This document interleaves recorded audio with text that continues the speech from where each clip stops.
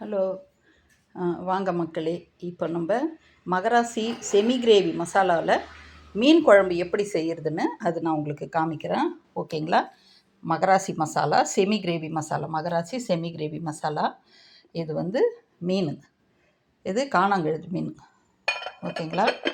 அதுக்கப்புறம் மஞ்சள் தூள் இது.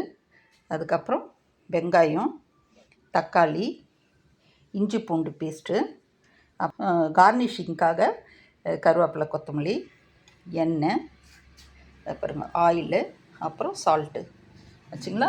லாஸ்ட்டில் வந்து நம்ம இறக்கும்போது தேங்காய் பால் ஊற்றி இறக்கணும். இந்த மீனுங்க வந்து ஒரு சில மீனில் தான் வந்து இந்த மாதிரி குழம்புங்க வைக்க முடியும், தேங்காய் போட்டு குழம்பு.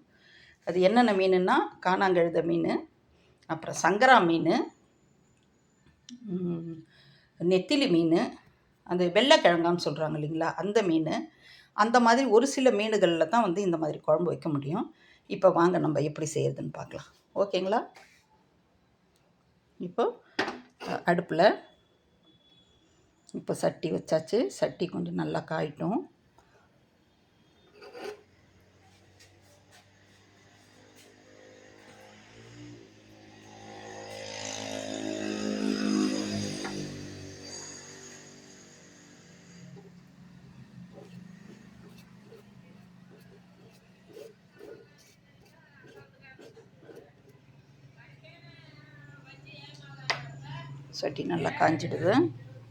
சட்டி நல்லா காஞ்சிடுது. சட்டி காஞ்சதுக்கப்புறம் எண்ணெய் விட்டுக்கலாம்.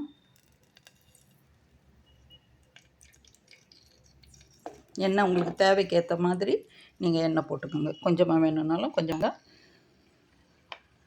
இல்லை உங்களுக்கு கொஞ்சம் கூட எண்ணெய் பிடிக்கும் அப்படின்னு சொன்னாலும் எண்ணெய் போட்டுக்கோங்க, கூட போட்டுக்கோங்க.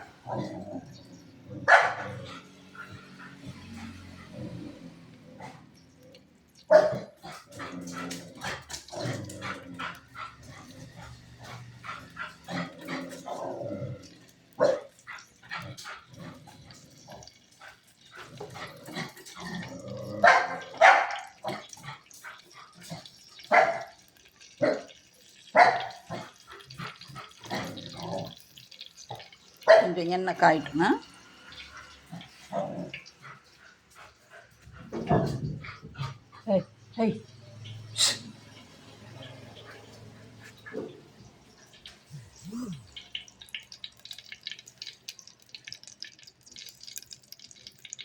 நல்ல எண்ணெய் காஞ்சதுக்கப்புறம் வெங்காயம் போட்டுக்கலாம்.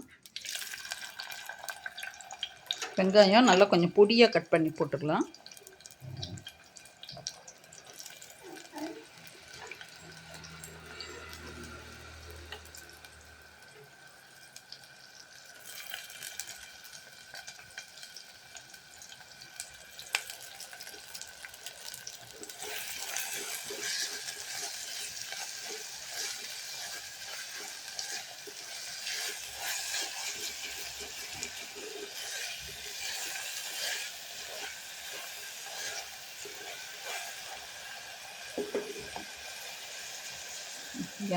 வெங்காயம் நல்லா வதங்கும்.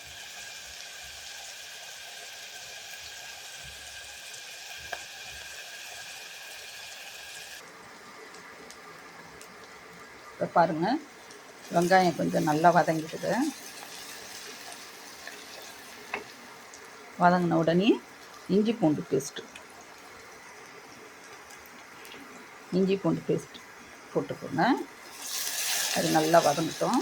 வெங்காயம் வதங்கிறதுக்காக கொஞ்சம் நம்ம சால்ட்டு போட்டுக்கலாம். வெங்காயம் வதங்கிறதுக்காக கொஞ்சம் சால்ட்டு போட்டுக்கிறோம். இதில் இஞ்சி பூண்டு வாசனை நல்லா போட்டு, நம்ம நார்மலாக புளி மிளகாத்தூள் போட்டு குழம்பு வச்சு நம்ம பிள்ளைங்களுக்கு கொடுக்குறத விட நீங்கள் இதை மாதிரி செய்து கொடுத்து பாருங்கள். நம்ம நார்மலாக குழந்தைங்க சாப்பிட்றத விட டபுள் மடங்கு சாப்பாடு சாப்பிடுவாங்க.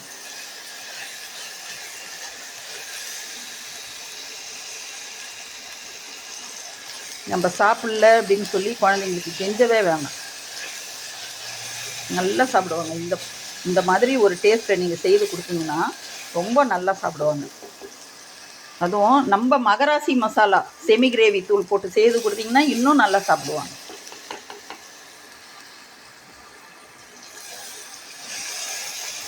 நல்லா கொஞ்சம் குழன்னு ஆகட்டும். வேறு எதுவும் நம்ம அதிகமாக சேர்க்க போகிறதில்ல. இதில் வெங்காயம் தக்காளி டேஸ்ட்டு தான். அப்போது நல்லா குழன்னு ஆனால் தான் நமக்கு வந்து கொஞ்சம் கிரேவி நிறைய வரும்.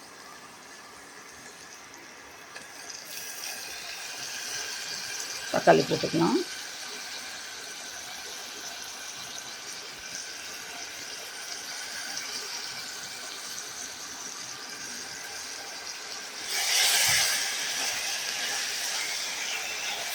தக்காளி கொஞ்சம் புளிஞ்ச மாதிரி போட்டால் தான் நமக்கு வந்து கொஞ்சம் நல்லா கிரேவி வரும்.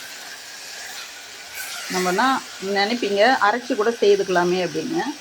நம்ம அரைச்சி செய்கிற டேஸ்ட்டை விட நம்ம இந்த மாதிரி வதக்கி செஞ்சோம்னா இன்னும் ரொம்ப டேஸ்ட்டு நம்ம நல்லா ஜாஸ்தியாக இருக்கும். நம்ம அரைச்சி செய்கிறதுக்கும் இந்த மாதிரி வதக்கி செய்கிறதுக்கும் மிக்சியில் போட்டு அரைச்சி செய்யலாம். ஆனாலும் இந்த மாதிரி வதக்கி செய்யும்போது டேஸ்ட்டு வேறு மாதிரி இருக்கும்.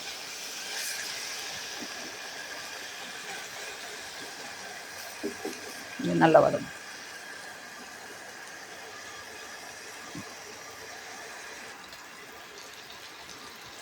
இப்போ பாருங்கள் நல்லா வதங்கிடுது. நல்லா கொஞ்சம் கிரேவியாக குழன்னு வதங்கிடுது. இப்போ இதில் நம்ம ஒரு தேங்காய் போடுற மாதிரி இருந்தால் நம்ம மசாலா வந்து கொஞ்சம் அதிகமாக போட்டுக்கலாம். அப்படி தேங்காய் போடாத பொருளாக இருந்தால் நம்ம மசாலா வந்து கம்மியாக போட்டுக்கலாம்.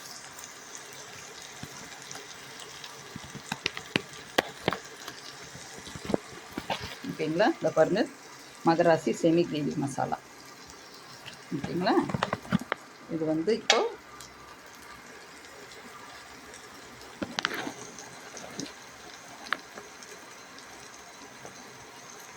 பாருங்கள் ஒரு ஸ்பூன் போடுறேன், 2 ஸ்பூன் போடுறேன். ஓகேங்களா? இது வந்து 2 ஸ்பூனே போதுமானது இதுக்கு.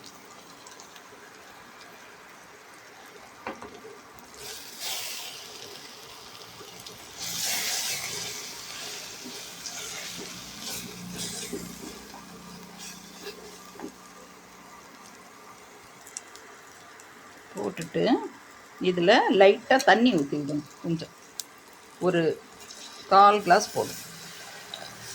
போட்டு நல்லா வதக்கி வைக்கணும். இந்த கூடையே செமி கிரேவியில் மஞ்சள் தூள் சேர்த்துருக்கோம். இருந்தாலும் நம்ம இன்னும் கொஞ்சம் மஞ்சள் தூள் தேவைப்பட்டால் நம்ம மஞ்சள் தூள் சேர்த்துடலாம். அதுலேயும் போட்டு தான் அரைச்சிருப்போம். நம்ம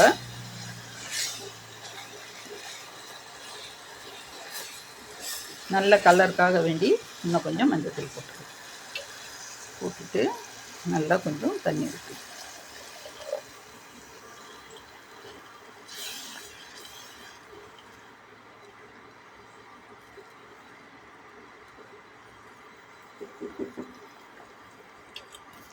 உங்களுக்கு எவ்வளோ கொஞ்சம் வேணுமோ அந்த அளவுக்கு நீங்கள் வந்து தண்ணி ஊற்றிக்கணும். ஊற்றி நல்லா கொஞ்சம் அந்த தூள் வாசனை போகிற வரைக்கும் கொஞ்சம் நேரம் கொதிக்கட்டும்.